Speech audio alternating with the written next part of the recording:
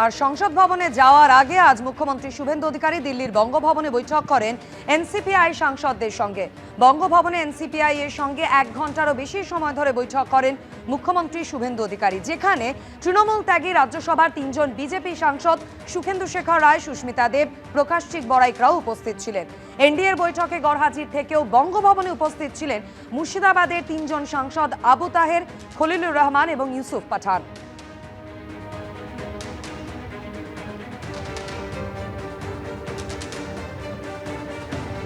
মুখ্যমন্ত্রীর সঙ্গে এলাকার সমস্যা নিয়ে কথা হয়েছে। কিছু সমস্যা আছে, সেগুলি খুব তাড়াতাড়ি মিটে যাবে। ঘরছাড়াদের ঘরে ফেরানো নিয়েও মুখ্যমন্ত্রীর সঙ্গে কথা হয়েছে।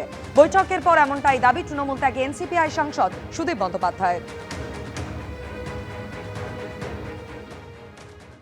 আমরা প্রথম থেকে একই কথাই বলে আসছি যে মুখ্যমন্ত্রী সাংসদদের সঙ্গে বসবেন, তাদের এলাকার সমস্যাবলী নিয়ে জানতে, এবং এখনও এলাকায় নিচু স্তরে বোঝাপড়াগুলো ঠিকঠাক মতো হয়নি, তাই একটা অশান্ত পরিবেশ এখনও বজায় আছে। এগুলোকে মিটিয়ে ফেলার জন্য তিনি একটা পরিকল্পনা তৈরি করলেন যে তিনি ফিরে যাবেন, ফিরে গিয়ে নবান্নতে জেলার এমএলএদের সঙ্গে এমপিদের একটা বৈঠক বসবে এবং সেখানেই বিস্তারিতভাবে আলোচনা করে এই নিচু স্তরে তৃণমূল স্তরের কাজ করার প্রশ্নে যাতে আর কোনো অসুবিধার সৃষ্টি না হয় সে ব্যাপারে তিনি নিজে উদ্যোগ নেবেন। ঘরছাড়া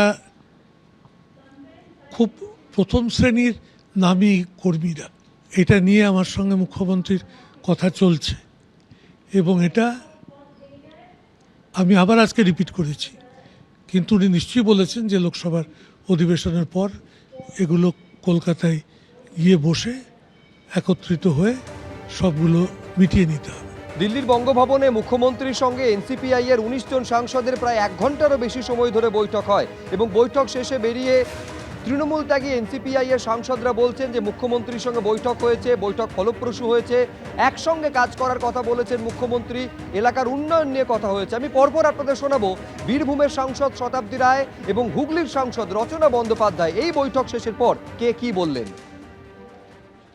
উনি স্পেসিফিক্যালি বলে গেছে কতগুলো রাস্তা দেবে, কতগুলো আইসিডিএস সেন্টার দেবে, কতগুলো এমপিদের যেমন অন্নপূর্ণা ভান্ডারে অ্যাপ্লাই করেছে কিন্তু পায়নি, এরকম 5,000 করে একটা এমপি রেকমেন্ডেশনে আসবে। তারপরে হসপিটালগুলো, কিছু রাস্তা রিপেয়ার, কিছু রাস্তা নতুন, কিছু ব্রিজ যেগুলো আমাদের খুব দরকার, খুব ডিম্যান্ড, সেগুলো আমরা বলে দিয়েছি, মানে এগুলো দেওয়া হবে। সুতরাং আমরা এখন সেগুলো প্রিপেয়ার করে যদি দিই তাহলে আমাদের সেটা হয়ে যাবে এবং সেই জন্য আমাদের মিটিংটা খুব ভালো হয়েছে এবং আমরা আগামী দিন এবং নেক্সট মানে আমাদের সেশন শেষের পর আমরা সিএমের ওখানে নবান্ন গিয়ে আবার বসবো। তখন আমরা আজকে তো জানলাম কী কী দেবে, প্রপোজালগুলো আমরা ওখানে গিয়ে লিখিত দিয়ে দেবো।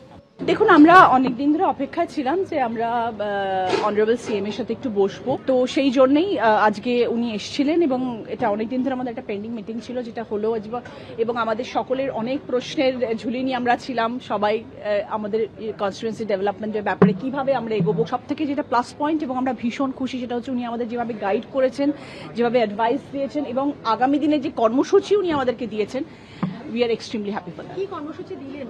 দেখুন, আমাদের কনস্টিটুয়েন্সিতে ডেভেলপমেন্টের জন্য যা যা করণীয়, অনেক কর্মীরা ঘর ছাড়া, তাদের বিষয়গুলো কি আপনারা?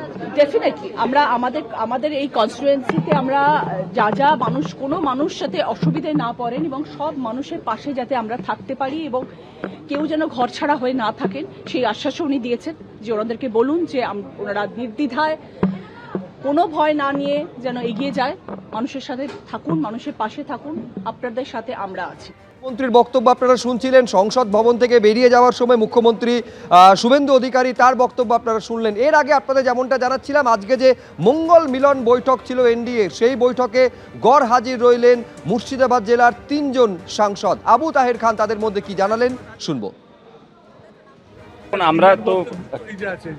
আমরা তো বলেছি আগে এনডিএতে আমরা থাকবো না, আমরা বিজেপিতেও যাব না।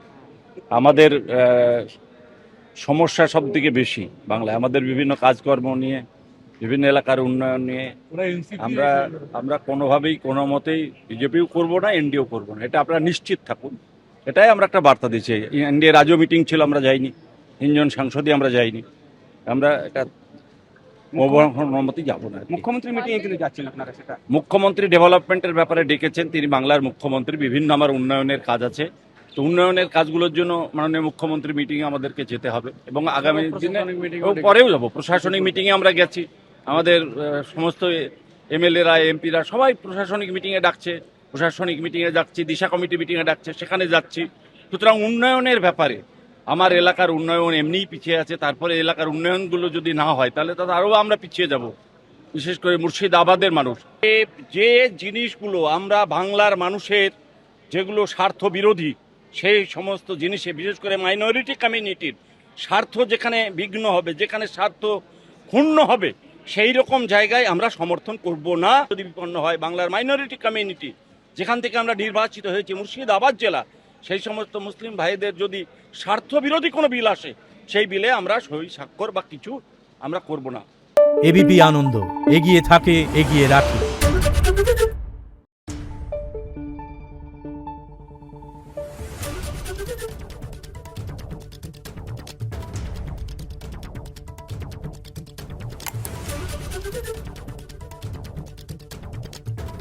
Thank you.